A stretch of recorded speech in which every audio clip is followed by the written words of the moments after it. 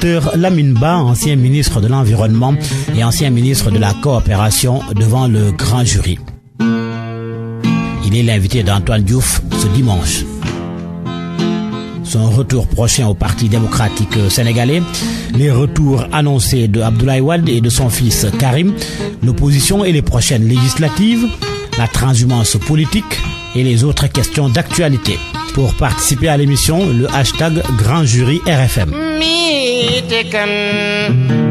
Le Grand Jury, le docteur Lamine Ba, Antoine Diouf, dimanche sur Radio Futur Média.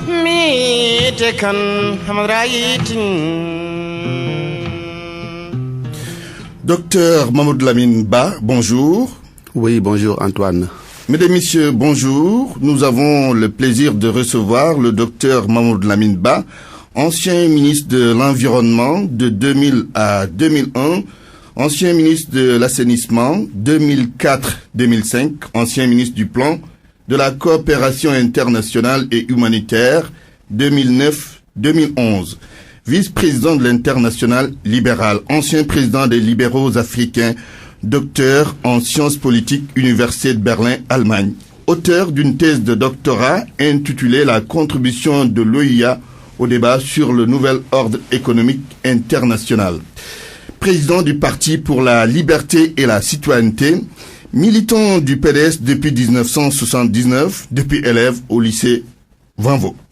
Alors, docteur Mahmoud Lamine Ba, nous allons aborder plusieurs sujets, mais permettez-moi de vous annoncer que l'émission Le Grand Jury est en direct et vous pouvez la suivre via nos applications mobiles RFM Sénégal et GFM et vous.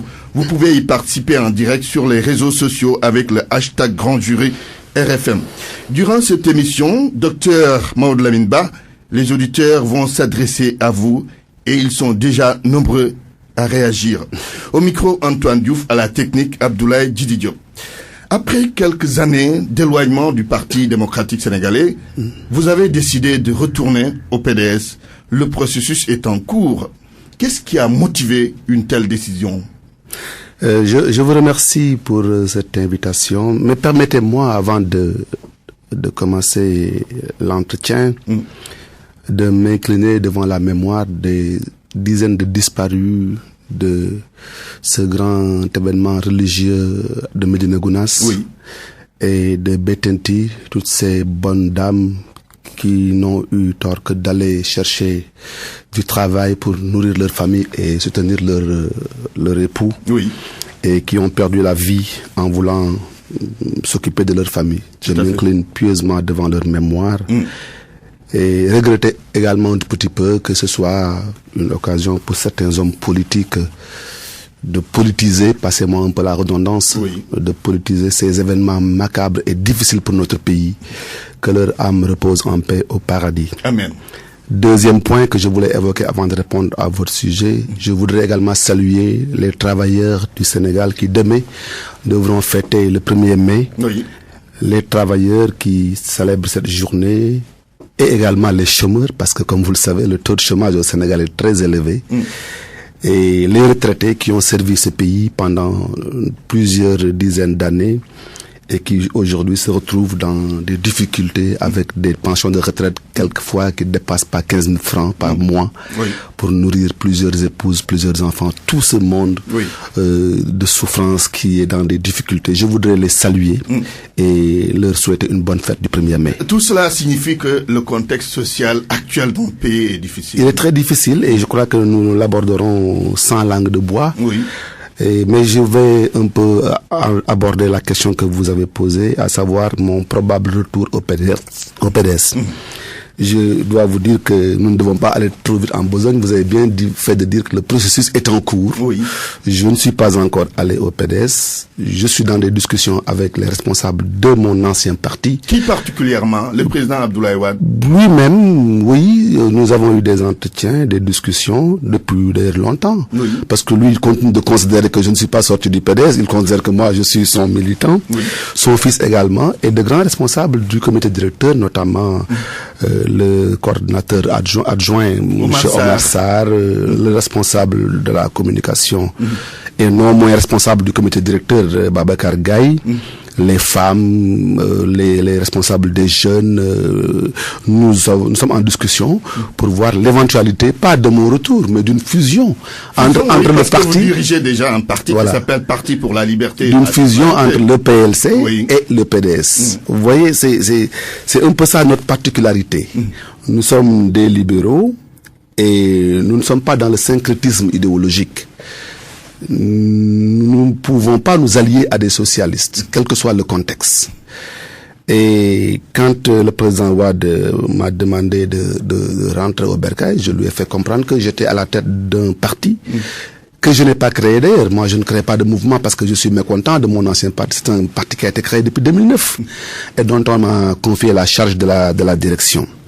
Donc, nous discutons et je crois que nous allons aboutir dans quelques semaines. Justement, par rapport à ce retour, disons, à cette fusion, qui en est l'initiateur?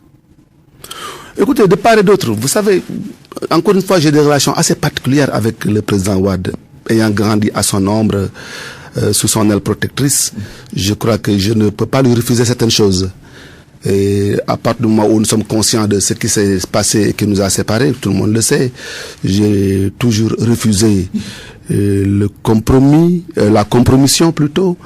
J'ai toujours dit oui, le service toujours, oui, mais la servitude jamais. Oui, la solidarité gouvernementale, d'accord, mais l'association de malfaiteurs, jamais. Jamais. J'ai toujours voulu être moi-même et en politique, cela est très difficile. Justement, question d'un internaute qui s'appelle Pape Sanfi Diallo. Votre retour au PDS n'est-il pas trop risqué? Je ne sais pas ce qu'il veut dire exactement. Bon, risqué, je ne sais pas, parce que je ne retourne pas au PDS pour chercher des prébendes. Si jamais je retournais, parce que ne dansons pas plus vite que la musique, nous ne sommes pas encore là. Le processus peut échouer. Bien entendu, parce qu'il y a quand même des conditions. Quelles sont ces conditions? Je suis avec des hommes et des femmes. Et qui ont des exigences. Et nous n'y allons pas pour chercher quelque chose. Nous devons y aller pour nous retrouver en famille. Parce que ce que le président Wade a fait pour le Sénégal, ce que ce grand parti qu'est le PDS a fait pour le Sénégal et même au-delà pour l'Afrique, ne peut pas tomber aux oubliettes, péricliter comme ça, sous la pression des socialistes qui se sont infiltrés dans le système de Macky Sall pour humilier le PDS, mettre ses enfants en prison, piétiner les réalisations du président Wade et même à la limite même de l'indécence faire la promotion de M. Abdou Diouf qui a dormi avec notre pays pendant 20 ans et au moment où Wade en 12 ans a fait des réalisations qu'aucun président n'a jamais fait dans un pays africain. Et quelles sont les conditions que vous posez? Écoutez, il n'y a pas beaucoup de... Les conditions, c'était d'abord un parti politique. Pour le fusionner avec un autre, il faut au moins un congrès. Il faut un congrès parce qu'un parti a été constitué avec un congrès et des statuts. Il faut un congrès dans le respect des statuts du parti. À la limite, peut-être un bureau politique transformé en congrès. Nous n'avons pas encore fait tout cela. Le PLC est un petit parti. Bon, c'est ce qu'on dit, oui, je suis d'accord. D'ailleurs, c'est l'une des raisons pour lesquelles, d'ailleurs, je veux qu'on rejoigne un grand parti. Vous savez, moi, j'ai pas de complexe. Nous avons essayé depuis quelques années. Moi, j'ai essayé. Est-ce que ce n'est pas l'aveu d'un échec quelque part? Non, c'est pas un aveu d'échec. En fait, le PLC est un petit parti par le nombre de ses militants adhérents. De ses moyens. Par ses moyens également, mais un grand parti par ses idées. Mais nous ne sommes pas le plus petit parti.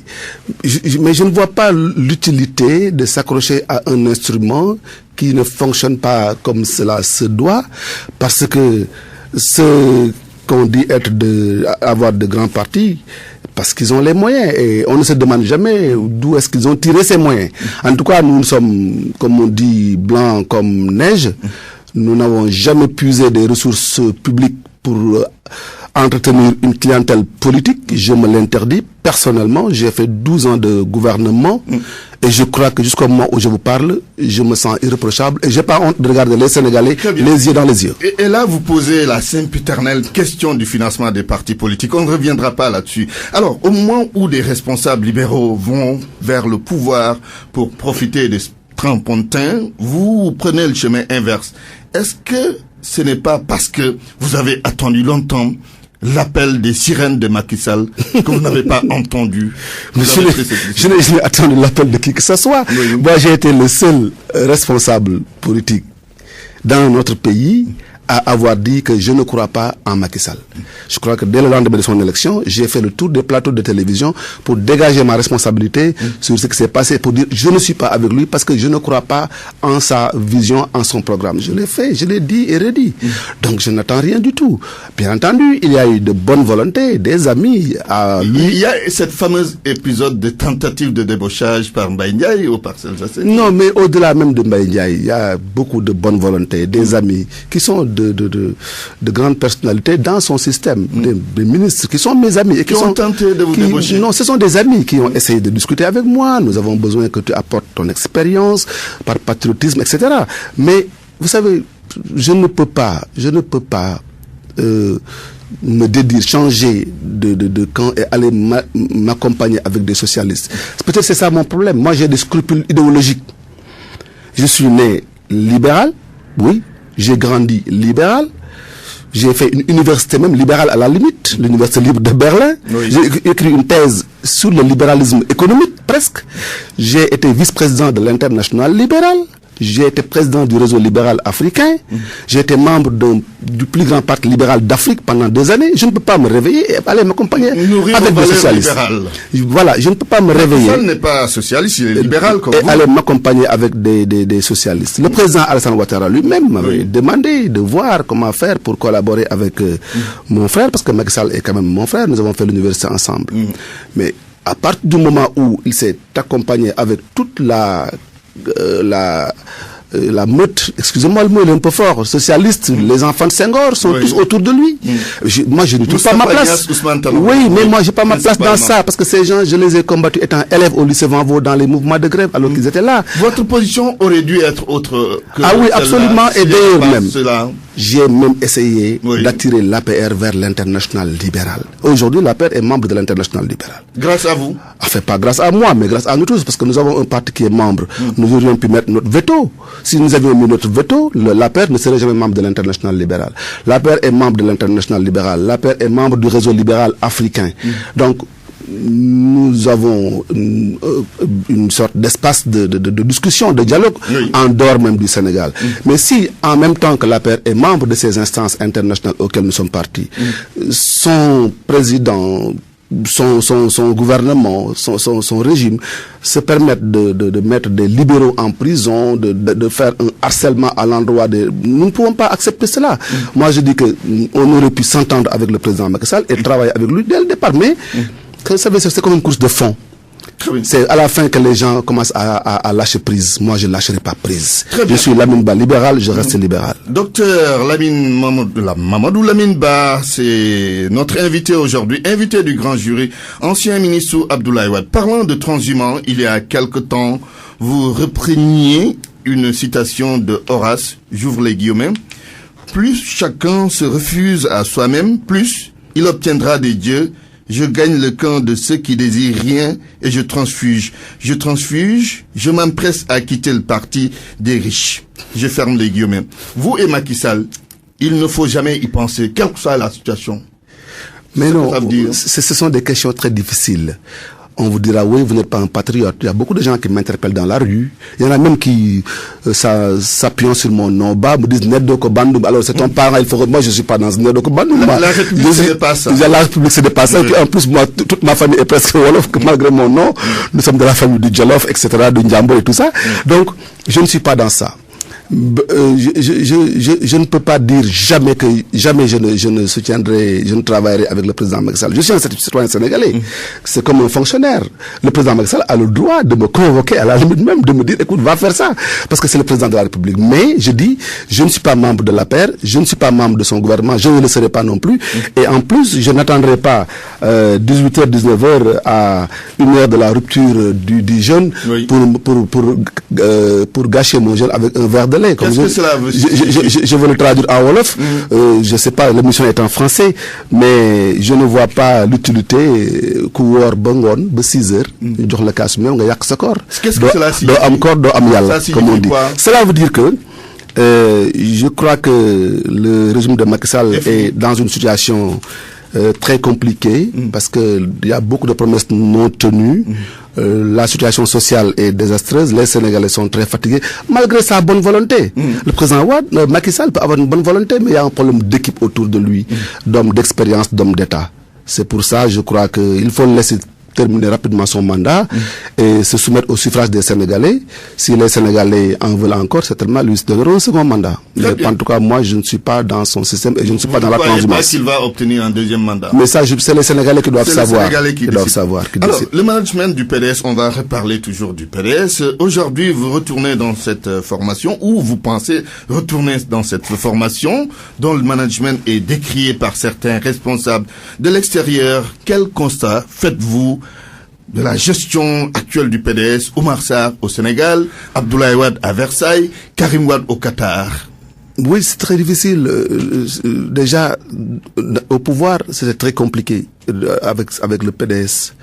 Ça l'est davantage alors que nous sommes dans l'opposition et que le président Wade est en Europe depuis quelques années. Son fils, qui est le candidat proclamé du parti, est également à l'extérieur. Et les responsables, certains en tout cas, semblent un peu être dans une sorte d'anxiété et d'angoisse. Un peu la débandade? Je dirais pas débandade, le mot serait trop fort, mais quand même il y a une petite angoisse de ne pas avoir le leader charismatique d'antan qui haranguait les foules, qui mobilisait ses enfants. Et également de ne pas avoir le candidat du parti pour les prochaines élections à l'intérieur du pays pour faire des tournées et tout ça. Mais je crois que ça ne saurait tarder. Certainement, il devrait être dans des stratégies pour régler toutes ces questions-là. Maintenant, ce qui est déplorable dans la gestion du parti, dont je fus le secrétaire général adjoint en réalité, avec Abdoulaye Faye à l'époque, c'est que chaque fois qu'il y a quelqu'un qui donne de la gueule plutôt, qui se fâche un tout petit peu, qu'on se dise bon, il s'en fout, il n'a qu'à s'en aller, il ne vaut rien. Des militants exclus comme ça. C'est pas bien. Ça, quelle que soit leur faute. Moi-même, j'ai été exclu à 2 reprises, vous voyez un peu. On s'en souvient encore, hein. À 2 reprises. Oui. Quelle que soit leur faute, je crois qu'un parti politique, on doit savoir additionner. Et la direction actuelle devrait aller vers eux. Parce qu'il y a 2 choix. Aller vers le pouvoir, l'appel des sirènes, les lombris dorés du pouvoir, comme vous dites, ou bien aller vers l'opposition avec toutes les difficultés que cela suppose. Alors, quand on est un parti d'opposition, il faut savoir rassembler ses militants et ses fils. Je n'ai aucune affinité particulière avec ceux dont on dit qu'ils sont exclus, mais tout de même, si vous voyez tous ces responsables qui sont partis du PDS, ça fait quand même un peu trop. Et justement, ça rejoint un peu la question d'un internaute qui s'appelle Abdoulaye Ndiaye. La majeure partie des politiciens ont été à un moment donné membres du PDS, ce sont ses propres termes, mais le constat est qu'ils finissent toujours par démissionner ou être renvoyés tout simplement. C'est quoi le problème au PDS? C'est ça. Le problème, c'est que c'est un parti de liberté. Quand, dans les années 70-80, les gens se mettaient autour d'Abdoulaye Wade pour sauver le Sénégal des griffes du Parti socialiste de Senghor et de Abdou Diouf, c'était des hommes et des femmes libres.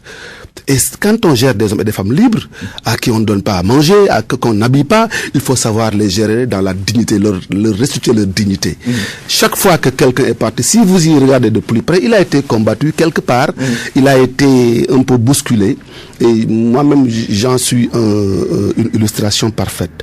Donc le problème, c'est que c'est un parti de liberté, et à l'intérieur, il y a des personnes qui n'ont pas cette notion de ce que veut dire la liberté individuelle, la dignité. Et donc les gens, une fois que leur dignité, leur liberté ont été piétinées, ont préféré partir faire autre chose. Très bien. Alors, l'appel du président Macky Sall au Parti démocratique sénégalais, qu'est-ce que vous en pensez? Souleymane Ndéné Ndiaye, en tout cas, qui n'est pas du PDS, a répondu à cet appel. Sa décision, en tout cas, a fait l'objet de beaucoup de commentaires. Vous comprenez sa décision en tant qu'ami du président Macky Sall? Cet appel est un peu tardif, à mon avis. Il aurait dû intervenir quand? Il aurait dû le faire. Vous savez, les coalitions électorales, en général, elles ne durent pas plus de 2 ans, parce que ce sont des coalitions hétéroclites. sur la base d'intérêts. Une fois que le pouvoir est entre leurs mains et que on a donné des strapontins, enfin c'est un partage du gâteau, au bout de 2 ans, il y a un essoufflement, on se rend compte avec qui on est, avec qui on n'est pas, et on doit... Peut-être forcément, c'est pas le cas aujourd'hui avec Benoît Bokuyaka. Non, si, c'est le cas. Je crois que le président Macky Sall, je lui jette pas des fleurs, peut-être dans une sorte de magnanimité, avec ces vieux socialistes, a voulu les ménager. Je crois, j'imagine, parce que il est tellement jeune que je crois qu'il aurait bien envie de s'accompagner avec des gens de sa génération. Je crois même qu'il est malheureux, mais un peu pris par... Malheureux, quand même, ils ont de l'expérience et de l'expertise. Mais non, expérience à 75 ans, 80 ans, dans une population qui a à 65%, qui a moins de 25 ans, leur expérience est caduque. Vous pensez que le monde a beaucoup changé, Antoine. Oui. Aujourd'hui, un jeune président doit s'accompagner avec de jeunes cadres, de jeunes ministres pour rajeunir l'administration et rénover. C'est pour ça que la France, d'ailleurs, est en train de chercher à mettre Macron à la tête à 39 ans. Alors, si Macron maintenant arrive au pouvoir et met les Raffarins, je sais pas qui, tous ces vieillards de 90 ans, ce serait pas une très bonne chose. Alors, de femme, je termine pour dire simplement que l'appel du président Macky Sall est un peu tardif. Mais c'est pas une raison pour certains de se jeter comme ça, sans beaucoup y réfléchir. Je ne parlerai pas de M. Souleymane Ndéné Ndiaye, que je connais très bien. Mais vous savez, cette amitié depuis l'université, moi-même j'ai été un ami de Macky Sall à l'université, au campus.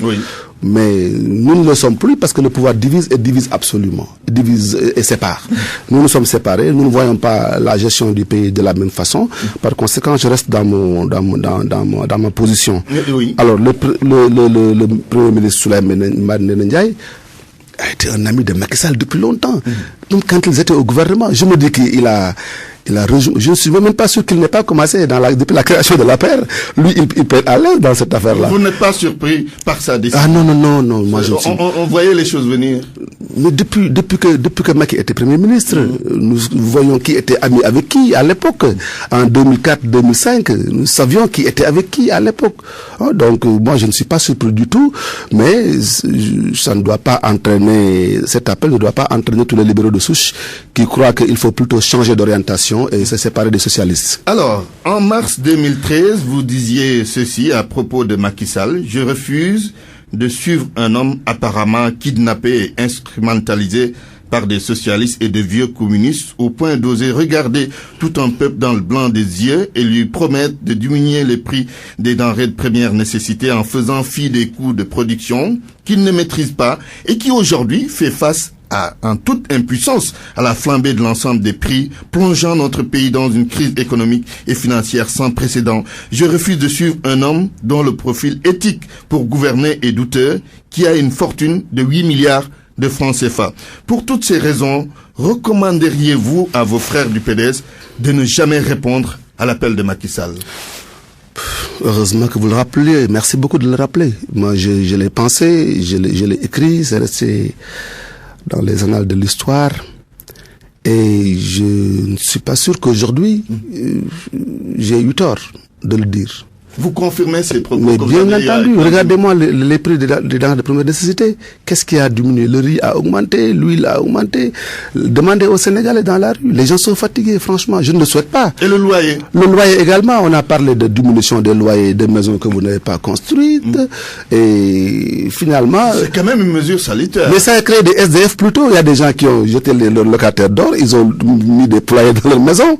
Oui. Donc, je parle de manière triviale, terre à terre, comme ça.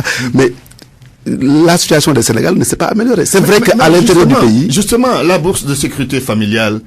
Mais c'est une catastrophe, à mon avis. Comment? Je n'aurais pas que des amis, parce que quelqu'un à qui on donne 100 000 francs par année, et certainement, cette personne serait contente de recevoir ces 100 000 francs. Mais on ne donne pas de l'argent à des gens qui n'ont pas travaillé. Il faut apprendre aux gens à travailler. Il faudrait plutôt subventionner des entreprises et leur demander de recruter des jeunes et leur faire des exonérations fiscales au niveau des impôts, au niveau ou même leur faire des subventions d'argent, des appuis budgétaires, etc. Mais on ne peut pas prendre de l'argent et distribuer à des gens comme ça. C'est plutôt une façon de s'acheter une clientèle politique, à mon avis. Oui. C'est un système socialiste en réalité. Oui, mais parmi les mesures sociales dont se targue le gouvernement, il y a aussi la baisse de la fiscalité, disons de l'impôt sur les salaires, entre autres. C'est pas de bonnes mesures, ça. Hein? Je ne peux pas dire que tout est mauvais. Je n'ai pas tellement saisi ça parce que moi-même, je ne suis pas salarié pour savoir combien ils ont baissé sur les salaires. Mais si ça a été effectif, je crois que c'est une très bonne chose. Mais à quoi ça sert de baisser l'impôt sur les salaires et d'augmenter de laisser les prix des denrées de première nécessité flamber? Ce que vous avez eu en plus sur votre salaire, vous le dépensez en double sur le lait de vos enfants, sur le riz et sur les factures d'eau, etc. Donc, je crois que c'est du ping-pong, quoi. Budgétaire. Finalement, ça galère au plan social, sur votre raisonnement. Oui, c'est le constat. Les Sénégalais sont fatigués. Vous savez, les gens courent certains courent les cérémonies familiales avec leur cuillère dans leur poche pour aller se nourrir. C'est très compliqué. C'est difficile à dire, mais les Sénégalais sont très fatigués. Je ne suis pas sûr que ce soit la volonté du président Macky Sall. Certainement, il voudrait faire autre chose. Il ne peut pas ne pas aimer son pays à ce point, mais il peut avoir un problème de système et d'entourage qui ne lui permet pas de régler les problèmes des Sénégalais. Jusqu'ici, il y a eu des efforts qui ont été faits dans le PUDC, en milieu rural. Je parcours un peu le pays, je regarde ce qui se passe en milieu rural, dans les infrastructures dans le milieu rural. Les forages, les routes. Les forages et quelques pistes de production, etc. Mais la situation sociale est très difficile. Je viens de Louga hier seulement, de Niombré, dans la zone. J'ai vu que les gens sont très fatigués. Vous parlez du PSE en ces termes, on confond émergence et immergence. Oui, il y a eu un débat sémantique. Il y en a même qui m'ont dit que le mot émergent n'existe pas. Non, émergence peut-être n'existe pas, mais immergent, ça existe bien. C'est dans le dictionnaire. C'est peut-être pour créer un néologisme. Un néologisme tout simplement. D'ailleurs, même si ça n'existe pas, on aurait pu créer un néologisme avec. Bon, donc il y en a qui confondent. Vous savez, les plans. Tous ces programmes-là sont préconçus depuis le PNUD, depuis les Nations Unies, depuis New York, irradiés sur les pays africains qui prennent tout comme ça, hein. Ça devient le Coran, ça devient la Bible pour eux, alors qu'en fait ce sont des recettes, c'est comme les recettes du FMI et de la Banque mondiale dans les années 90 avec les plans d'ajustement structurel. Exact. Ça ne donne rien du tout. Ce sont des plans, on passe de plan en plan. Il y a eu le plan d'action de Lagos, il y a eu le PANUREDA, le plan d'action des Nations Unies pour le développement de l'Afrique, il y a eu les conventions de Lomé, c'est d'ailleurs sur ça que j'ai écrit ma thèse. Toutes ces conventions, ces plans, ces programmes n'ont pas empêché que l'Afrique soit aujourd'hui le continent le plus pauvre. Oui, parce que c'est aussi dû à la faiblesse du continent africain, des États africains. Mais justement, parce qu'ils prennent les plans comme tels, conçus par d'autres experts, alors que nos experts sont là. Les questions de développement de l'Afrique doivent être réglées par les Africains eux-mêmes. Et malheureusement, ce n'est pas le cas. Il y a un plan Togo émergent, Gabon émergent. Oui, et les Sénégalais croient que le plan Sénégal émergent est une invention du président Macky Sall et son gouvernement. Non, il y a le plan Cameroun émergent, Togo émergent. Ça a été préconçu. Finalement, c'est à la mode, quoi. C'est conçu depuis le PNUD, depuis là-bas New York. Et voilà, nos ministres de l'économie et des finances ramènent ça ici. Et on en fait les choux gras de la presse et de l'opinion. 11h37, le grand jury reçoit le docteur Mamadou Lamine Ba, ancien ministre sous Abdoulaye Wade. Le retour de Maître Abdoulaye Wade et de Karim Wade. Alors, qu'est-ce que cela peut faire pour l'opposition? En tout cas, cela fera du bien pour le PDS. Comment? Je ne sais pas pour l'opposition, parce que le PDS est le principal parti d'opposition. C'est le parti le plus grand, le plus structuré, qui a des ramifications partout à travers le pays. Parce que c'est le parti qui a dirigé le Sénégal pendant une bonne douzaine d'années. Donc, il y a dans les moindres communautés rurales et communes rurales, ça n'existe plus, dans les moindres communes rurales, donc des cellules, des structures, des sections. Donc, c'est un parti qui peut agréger autour de lui toutes ces forces de l'opposition pour essayer de venir à bout du régime de Macky Sall aux élections de 2017. Mais dites-nous, l'opposition a-t-elle un problème de leadership au point de compter sur un vieux brusquard comme Abdoulaye Wade? Enfin non, je dirais pas un vieux brusquard, il a la fleur de l'âge. C'est aujourd'hui qu'il est le plus... 90 ans. Ah oui, c'est aujourd'hui que... Vous savez, il y a des hommes d'exception. Hein, je vais pas faire, le disciple de Wade à l'antenne. Mais il y a des hommes d'exception qui sont comme ça. Le président Adenauer, il a dirigé, il a été chancelier de l'Allemagne jusqu'à 90 ans encore. Et les Allemands ont demandé. Encore. Et le général de Gaulle, certainement, n'aurait-il pas été terrassé par Sauf que Wade, il a été chassé par les Sénégalais du pouvoir. Mais justement, ils se sont trompés et ils se rendent compte. Il y a le mouvement Rechou. Il y a des gens qui m'ont appelé pour me dire, le mouvement Rechou, tu viens président. Non, moi, je Rechou rien du tout. Moi, j'avais dit que c'était lui. Entre les deux tours, j'avais dit que c'était lui. Et que c'est vrai que Macky est beaucoup plus jeune.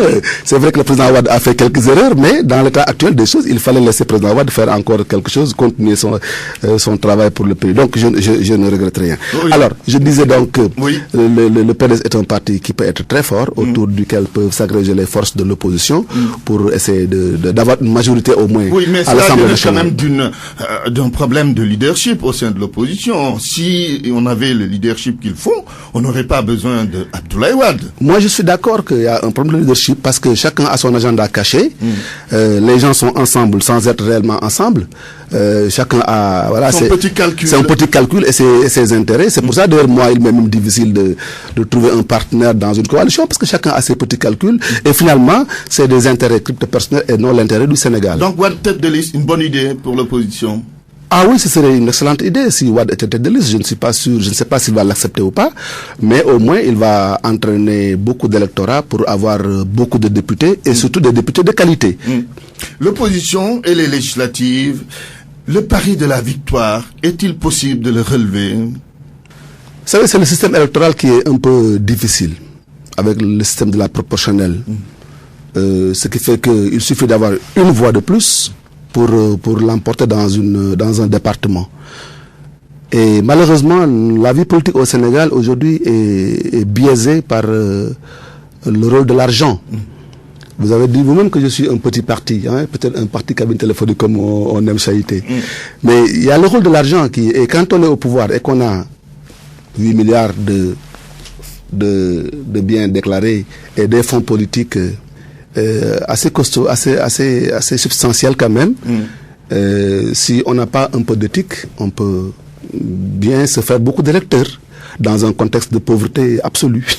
Faut pas trop rêver alors pour une victoire de l'opposition. Ah non, il faut toujours rêver parce que pour mener des combats, il faut rêver, même si on va au combat peut-être pour tomber, il faut aller au combat tout de même. Mais sincèrement, est-ce que l'opposition a tous les atouts nécessaires pour avoir une majorité à l'Assemblée nationale? En tout cas, les Sénégalais pourraient voter sur une liste cohérente dirigée par des leaders charismatiques respectables.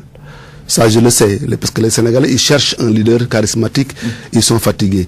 Mais l'opposition doit davantage s'unir et essayer de mettre sur une liste les personnalités les plus respectables.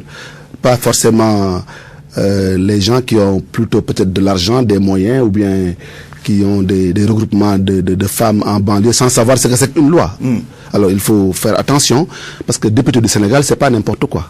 Oui, alors le président Macky Sall a un peu titillé l'opposition en disant s'il descend dans l'arène, il mettra l'opposition KO. En tout cas, il a les moyens de le faire. Je sais pas maintenant. Il a les moyens de le faire déjà. S'il agite sa carotte déjà, je vois des coureurs de l'opposition de fond qui tombent déjà dans ses bras. Alors déjà, ça c'est un très bon moyen d'avoir beaucoup de leaders il a les moyens, en tout cas les moyens matériels de le faire. L'opposition n'a pas ces moyens matériels. Maintenant, est-ce que la politique se réduit seulement à cela? C'est les Sénégalais qui doivent comprendre que il faut pas voter pour quelqu'un parce qu'il a de l'argent ou bien parce qu'il a des moyens, de grosses 4x4, des caravanes de milliardaires qui font le tour du pays. Il faut choisir comme c'était le cas en 2012 avec Abdoulaye Wade. Il faut choisir des gens qui ont de l'éthique et de la compétence pour aller à l'Assemblée nationale et pour diriger notre pays. Très bien. Alors, retour sur Abdoulaye Wade avec cette question d'internaute. C'est pour clore cette page. Avec tous les cadres que le PDS a formés, alors pourquoi penser au retour de Wade au lieu de regrouper ces cadres perdus? Ne serait-il pas une insulte aux Sénégalais vu l'âge de Maître Abdoulaye Wade? C'est une question de Moussa Ba. Réponse. Oui, je crois qu'il a raison. M. Ba a raison. Il faut regrouper les cadres du PDS, il faut regrouper l'ensemble des grands responsables et des cadres compétents. Oui. Mais c'est ça qui a fait que le PDS a perdu le pouvoir parce qu'il n'a jamais su le faire. Donc, mais À défaut de cela, si le président Wade peut jouer encore un rôle, moi je crois qu'il ne faut pas cracher là-dessus. Mais effectivement, les cadres du parti doivent se regrouper et ne pas laisser les gens partir, qu'ils soient Farba Senghor, Pape Samba Mboup ou un autre. C'est tous des cadres du parti, des cadres au plan politique, je veux dire. Il faut essayer de se regrouper autour de l'essentiel. Et si le président Wade arrivait, je crois que son premier rôle, c'est de lancer un appel à tous ces enfants libéraux de se mettre autour d'une table pour aider le Sénégal. Très bien. La bataille des parcelles Zasseni, vous militez aux parcelles. Oui, il y a Amadouba, il y a Moussassi, et vous dans tout ça? Moi, j'ai fait ce que j'avais à faire depuis longtemps. C'est fini? Depuis les années 90, quand Amadouba était inspecteur des impôts et militant du Parti Socialiste, je l'ai battu là-bas, dans les années 90. Il était tout puissant inspecteur des impôts, membre du mouvement de Tanordien, etc., à l'époque du Parti Socialiste. Alors, Moussassi, c'était mon jeune poulain, mon jeune frère, que j'ai beaucoup coaché au plan politique, et qui, entre-temps, s'est bonifié. Je crois qu'il a commencé à faire du bon travail, malgré son jeune âge d'alors. Aujourd'hui, il s'est bonifié, il est devenu, je crois, un bon responsable politique. Mais moi, je crois qu'un ministre des Finances du Sénégal a autre chose à faire que d'aller se chamailler là-bas dans des querelles de quartier, pour ne pas dire des querelles de bonne fontaine. Un ministre des Finances, Amadouba, que je connais bien, qui est un ami, que je respecte beaucoup, a autre chose à faire que d'aller se chamailler dans une base. Il ne doit pas faire de la politique. Non, je ne dis pas ça, mais il peut faire la politique autrement. Comment? Au lieu d'aller dans les parcelles comme ça, à se battre avec des jeunes d'une génération. Même moi-même qui ne suis pas ministre des Finances, je m'interdis par éthique d'aller me battre avec ces jeunes qui ont leur carrière à faire, leur avenir à construire. Là, comment vous allez faire pour quand même consolider votre base aux parcelles? Non, moi j'ai une base peut-être nationale et internationale. La base, c'est les signes. La base, c'est pas forcément un regroupement de 200 femmes aux parcelles qui crient en disant que je suis avec la mine-balle. C'est quand j'étais plus jeune que je le faisais. Mais aujourd'hui, je dois apporter des idées neuves, de bonnes idées qui peuvent faire bouger des cadres, d'autres Sénégalais dans une direction. C'est ça, une base psychologique peut-être. Mais aller aux parcelles, mobiliser des cadres rapides avec des drapeaux, ça je l'ai fait quand j'étais étudiant et un peu homme d'affaires et peut-être même ministre à un certain moment. Mais moi je crois que ça, ce n'est plus mon combat. Et je crois que le ministre Amadouba, mon frère, a d'autres choses, devrait avoir d'autres soucis aujourd'hui avec cette économie qui est en difficulté que d'aller se battre comme ça avec des Moussassi et des Khadim Gadiaga là-bas aux parcelles quand même. Très bien. Monsieur le ministre, nous allons aborder d'autres questions qui n'ont rien à voir cette fois-ci avec le Sénégal. Vous êtes ancien président des libéraux africains, ancien vice-président de l'international libéral. L'état du libéralisme en Afrique, quand vous devriez faire le point, oui, en perte de vitesse? Oui, un tout petit peu, on peut le dire, parce que c'est le leadership du président Wade qui manque au Sénégal aujourd'hui, qui manque également aux libéraux africains. Vous ramenez tout à la personne d'Abdoulaye. Oui, parce que c'est lui le père du libéralisme africain, celui qui a parlé pour la première fois de libéralisme ici en Afrique et au Sénégal. À l'époque, c'était les Nyerere, les Senghor, les Jomo Kenyatta. On parlait même de socialisme africain à l'époque. C'était impensable la démocratie dans beaucoup de pays africains. Le premier parti libéral d'opposition en Afrique dans les années 70, c'était le président Wade. Donc, il s'est battu pendant 20 ans jusqu'à prendre le pouvoir. Et il a aidé des partis libéraux à arriver au pouvoir, comme le président Ouattara. Et il y avait un leadership qui irradiait sur le continent, dans tous les pays, au Malawi, au Cap-Vert, dans beaucoup de pays africains, des partis libéraux sont nés parce que Wade avait réussi. Et quand il est parti avec quelques erreurs, les gens ont été un peu refroidis dans leur ardeur. Et c'est ça qui fait que le libéralisme africain a battu de l'aile. Alors, la relève n'a pas été assurée? Pas trop, parce que le président Ouattara, il a hérité d'un pays aussi avec des difficultés, affaibli par la guerre, par les socialistes d'ailleurs, par Gbagbo. Donc, il avait d'autres soucis intérieurs que de porter le leadership au plan africain. Nous autres, qui sommes des cadres libéraux africains, n'avions pas assez de pouvoir. Le président Macky Sall, quand il est arrivé, on aurait pu s'imaginer, puisqu'il s'est dit héritier de Abdoulaye Wade, du libéralisme, qu'il prenne le flambeau. Nous avons même travaillé pour qu'il entre à l'international libéral, je l'ai dit en début d'émission, pour qu'il entre au réseau libéral africain. Il aurait pu, parce qu'il est jeune, s'il est un vrai libéral. Mais malheureusement, il n'a participé à aucune réunion, à part le congrès d'Abidjan depuis lors. Ça signifie quoi? Je ne sais pas trop. Libéral, mais un libéral, en tout cas, un libéral enchaîné par des socialistes au point de ne pouvoir même pas aller participer aux différentes réunions de l'international libéral. Il n'est pas pas enchaîner à ce point. Et d'y apporter son leadership. Vous savez, moi, j'aurais souhaité que le président Macky Sall réussisse. Pour la simple raison que c'est il est de ma génération. Nous avons fait l'université ensemble. Il y a même une photo qui circule dans le net. Peut-être pour présager que je pourrais transhumer. Non, moi, je transhumerai pas. Je dirais pas ce que l'autre a dit, parce que demain, on dira, tu l'avais dit sur la RFM. En tout cas, les bandes sont là. Les enregistrements sont là. Vous pouvez les garder. Et depuis 5 ans, quand même, je crois que vous avez d'autres enregistrements dans lesquels j'ai dit la même chose. Oui. J'aurais bien voulu qu'il réussisse, parce que c'est pour nos enfants. En fait, il réussit pas pour nous, pour moi-même, mais pour nos enfants, pour l'école, pour la santé des Sénégalais, pour le bien-être des Sénégalais. On aurait bien voulu qu'il réussisse, qu'il fasse 5 ans avec succès, qu'il fasse encore d'autres 5 ans avec succès. Mais malheureusement, ce n'est pas le cas. C'est pour ça, l'opposition a bien raison de se mobiliser pour essayer de changer les choses. Oui, le libéralisme en Afrique, y a-t-il un moyen de le faire rayonner, comme vous dites, du temps d'Abdoulaye Wade?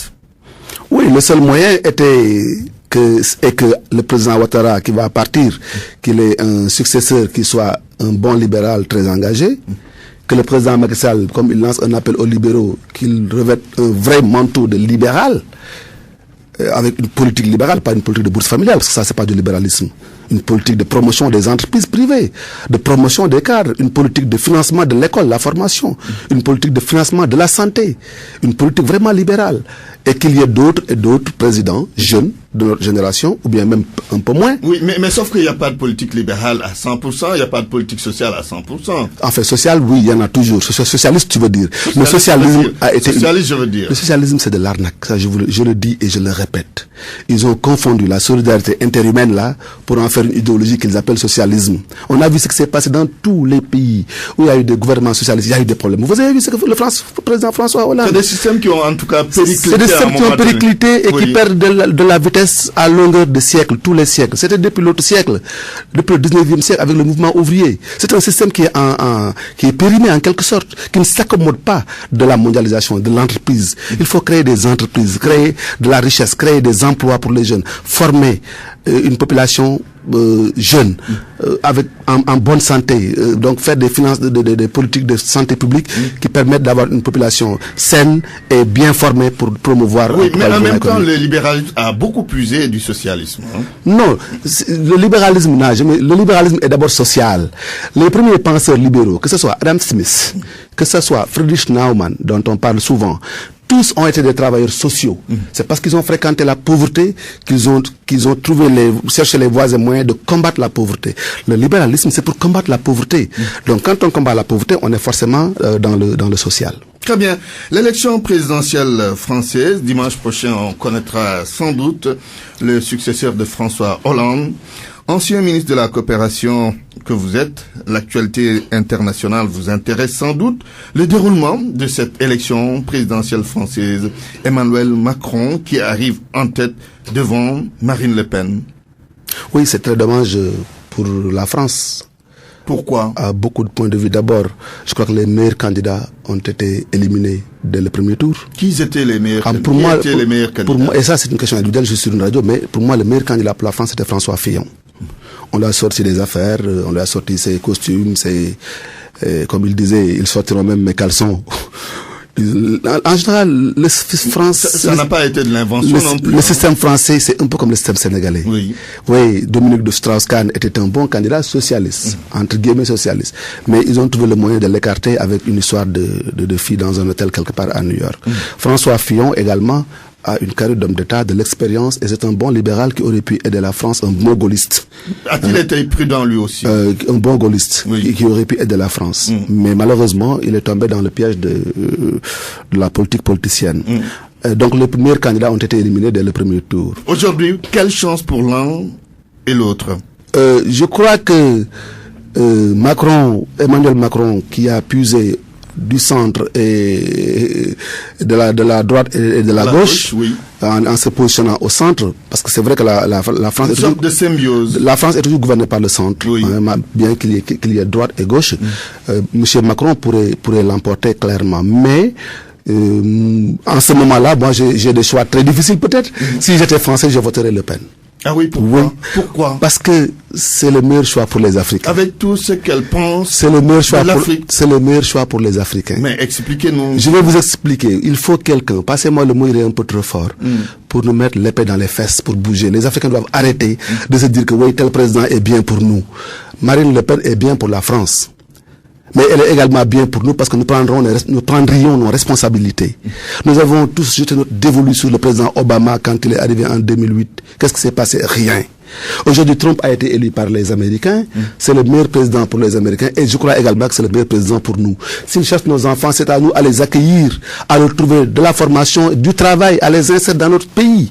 Mais il faut arrêter de dire oui, tel président, il est bon, il va pas toucher les immigrés. Non, je suis pas d'accord. J'ai beaucoup d'amis immigrés, j'ai beaucoup d'amis en Europe, en France, mais prenons nos responsabilités et arrêtons d'avoir un candidat qui soit un social, qui va nous aider à nous faire des papiers. Marine Le Pen, ce qu'elle a dit, c'est très bien. Quand les étudiants africains finiront leurs études, ils devront rentrer chez eux. Mais c'est ce que j'ai fait. En Allemagne, il nous était imposé de rentrer chez nous après les études, sinon on rembourse la bourse avec même un taux d'intérêt de 6%. Si nous formons des Africains qui restent en Europe, si tous les bras valides de notre pays restent en Italie, en Espagne, en France, sans pouvoir rien faire dans leur pays, mais jusqu'à quand? Il faut que les gens rentrent. Ça va aider l'Afrique. Ça va aider l'Afrique. Il faut qu'il y ait un président qui soit aussi radical sur certaines questions de coopération, de migration, pour que les Africains restent chez eux et que nos gouvernants ici prennent leurs responsabilités et aident les Africains à rester chez eux. Mais en même temps, cette France où les je ne me ferai pas que des amis en disant ça. Je le fais. Bien sûr. En même temps, cette France et les autres pays occidentaux viennent chercher chez nous, les menaces grises, quand ça les arrange. Mais c'est à nous à mettre justement les critères et les barrières pour protéger notre pays. Mais quand nous avons des régimes, des gouvernements, à la limite, je dirais pas fantoches, c'est peut-être, je n'ose pas le dire ainsi, mais des gouvernements qui sont à la solde de l'Occident, bien entendu, ils feront de notre continent ce qu'ils veulent. Mais en tout cas, des leaders comme Donald Trump, comme Marine Le Pen, qui sont élus par leur peuple pour s'occuper de leur peuple, des Américains respectivement et des Français, je crois devrait être une chance pour les Africains de se ressaisir et de s'occuper eux-mêmes de leur continent, de leur pays. Justement, vous parlez de tout ça au moment où 300 Sénégalais risquent d'être rapatriés d'Allemagne, l'Allemagne que vous connaissez bien. Est-ce que ce pays est en train de durcir sa politique migratoire? Non, en général, un Sénégalais qui séjourne en Allemagne et qu'il n'y a aucune difficulté pourrait ne pas être dans cette situation-là. Il peut rester quand il veut. Je crois ne pas être dans cette situation-là. Maintenant, il y a les demandeurs d'asile. Quand on dit que oui, moi je suis demandeur d'asile parce qu'au Sénégal, on va me couper le bras, on va me tuer. Alors, ils ont tué personne quand même. Il y a la pauvreté économique. Ce sont des exilés économiques, des immigrés économiques, mais c'est pas leur vie n'est pas en danger. Donc, je ne sais pas dans quelles conditions on va les ramener, mais le gouvernement peut discuter et négocier pour que ce soit dans des conditions de dignité. Moi, je suis jamais contre le rapatriement, que les Sénégalais rentrent chez nous pour investir, pour s'occuper de leur famille, pour essayer de gagner leur pain ici. Parce que ce pays-là est vierge. Nous avons l'eau, nous avons la mer, nous avons l'espace, et nous avons une population intelligente. Moi, je crois qu'il faut penser à des projets pour développer notre pays. Justement, ils le disent, ils le pensent, ils veulent revenir, mais revenir avec quel moyen? Il faut un accompagnement des pouvoirs publics. Et ce qui manque, c'est l'accompagnement des pouvoirs publics, effectivement. Cet espace à partir de Diamniadio jusqu'à Thiès, il y a tellement de choses à faire là-bas. Alors, il faut que l'État prenne ses responsabilités et accompagne tous ces Sénégalais qu'on rapatrie au lieu de pleurer sur leur shore. Très bien, nous sommes au terme de cette émission. Docteur Mamoudou Lamine Ba, je vous remercie. Mais c'est moi. Je rappelle que vous êtes ancien ministre de l'Assainissement, ancien ministre du Plan, de la Coopération internationale et humanitaire, vice-président de l'Internationale libérale, ancien président des libéraux africains, docteur en sciences politiques, Université de Berlin. Grand jury présenté aujourd'hui par Antoine Diouf, à la technique Abdoulaye Djidi Diop. Bon dimanche à toutes et à tous.